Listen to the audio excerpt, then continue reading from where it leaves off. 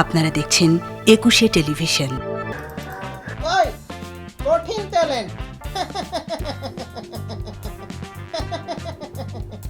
আমাকে গ্রেফতার করেন, আমাকে গ্রেফতার করেন।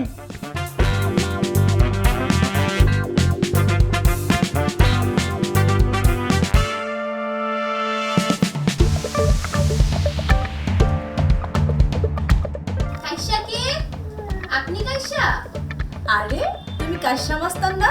আমি তো তোমাকে চিনতেই পারিনি। স্কুলটা শেষ, বাসে যাবা না? নো নো নো নো, আপুল। আপুল?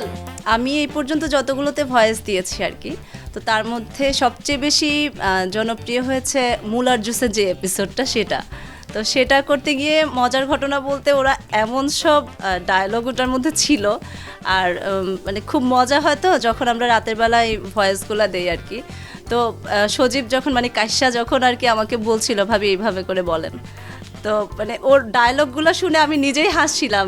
জীবনটা বেদনা, বাঁচতে ইচ্ছে করে না, তখন এইসব শুনে অনেক ভালোই লাগে। কাইসাতে আমার কাইসা বলতে পাগলা ডিরেক্টরে আমার চরিত্র হচ্ছে বাতেন, আর এটাতে আমি বর্তমানে ভয়েস দিই এবং এডিট করি। প্রথমত তো আমরা ভিডিওটা অনেকবার দেখতে হয়, লিপসিংটা প্রথমত খেয়াল রাখতে হয়, আর প্লাস ক্যারেক্টারটা কোন মুডে আছে, মানে সে কি রাগান্বিত নাকি হাসতেছে নাকি কান্না, তার ইমোশনটাকে আসলে ফিল করে দেন আমরা বারবার ওইটা রিক্যাপ করে দেখি, তারপরে আমরা মানে নিজের ভিতর থেকে ওই ভয়েসটা দেওয়ার চেষ্টা করি আর কি। প্রথম থেকে সুজন একটু একটু করে কাজ শুরু করে, পরে তার ছোট ভাইকে নিয়ে, বোনদেরকে নিয়ে, পুরো ফ্যামিলিকে নিয়ে একটু একটু করে সবাই বয়স দেয়, কাজ করে।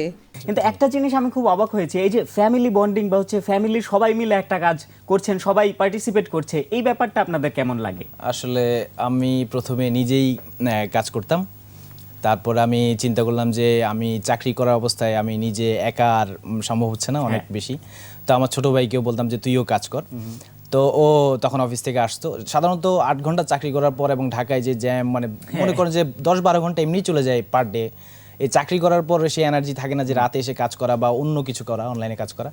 তারপর আমরা যথেষ্ট চেষ্টা করেছি, তারপরে ফ্যামিলিকে আমি আস্তে আস্তে ইনভলভ করালাম। সে হচ্ছে প্রথমে ও আসলো, তারপরে বোনরা ভয়েস প্রথমে দিতে চাইতো না বা পারতো না, মানে মাইক্রোফোনের সামনে আসলেই ওরা পারতো না। তারপরে এখন মানে দিতে দিতে দিতে এখন অভ্যস্ত হয়ে গেছে, এখন কোনো সমস্যাই নেই, এখন তারা পুরোটাই মানে একেবারে ইজিলি দিতে পারে। সবাই প্রফেশনাল হয়ে গেছে। এখন আমার ভাতিজি 3 বছরের বয়সী, সে ভয়েস দিছে, সে কথা বলতে পারে। হ্যাঁ সে কথা মানে অনেক তোতলাই বলে, কিন্তু মানে আধো আধো বলতে হ্যাঁ কিন্তু অন্যরকম এবং ইন্টারেস্ট। সে ভয়েস দিছে, এবং সেই ভিডিওটা আমাদের ফেসবুকে প্রায় এখন ভিউ আছে অলমোস্ট 4 থেকে 5 মিলিয়ন, মানে ওই মিলিয়নের নিচে কোনো খেলাই হচ্ছে না।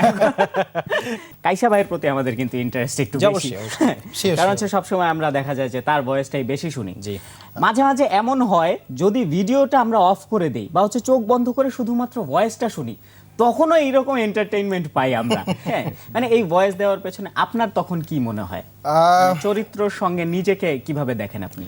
না, আসলে আমার কণ্ঠ তো এরকম না, আমার ভয়েসটা দিতে কিন্তু কষ্ট হয়। আচ্ছা, কারণ আমার কণ্ঠ মোটা, তো যখন ভয়েসটা দিয়ে আমার গলাতে একটু চেপে কি অবস্থা, কেমন আছো ভাইয়া, এরকম করে দিই, তো স্বাভাবিক কষ্ট তো হয়, কিন্তু মানুষ বেশি পছন্দ করে এটা। তো আমি প্রায় সময় দেখি মানুষ এটাকে ডাবিং করে, নিজেরা টিকটক করে, লাইক করে, অনেক ভাইরাল কিন্তু এই ভয়েসটা। তো আমি তো, আমার সাথে যায় না ভয়েসটা, আমার চেহারা দেখলে কেউ বলবে না যে আমি এই ভয়েস দিই, কিন্তু তারপরও দিতে হয়, মানুষ ভালোবাসে, পছন্দ করে সবচেয়ে বেশি। এই যে আপনাদের ভিডিওগুলোতে দেখা যায় যে ব্যাকগ্রাউন্ড মিউজিক হিসেবে বা হচ্ছে মাঝে মাঝে অনেক সময় বাংলা মুভির সাউন্ড থাকে, ডায়লগ থাকে, তো এগুলো কালেক্ট করে কে? এত বাংলা মুভি কে দেখে আপনাদের? আমাদের আমার ছোট ভাই এই জিনিসটা করছে, সে হচ্ছে বাংলা মুভি অনেকগুলো থেকে আমরা ব্যাকগ্রাউন্ড মিউজিকগুলো কালেক্ট করছি, তো এটার আমরা আলাদা কালেকশন রাখছি।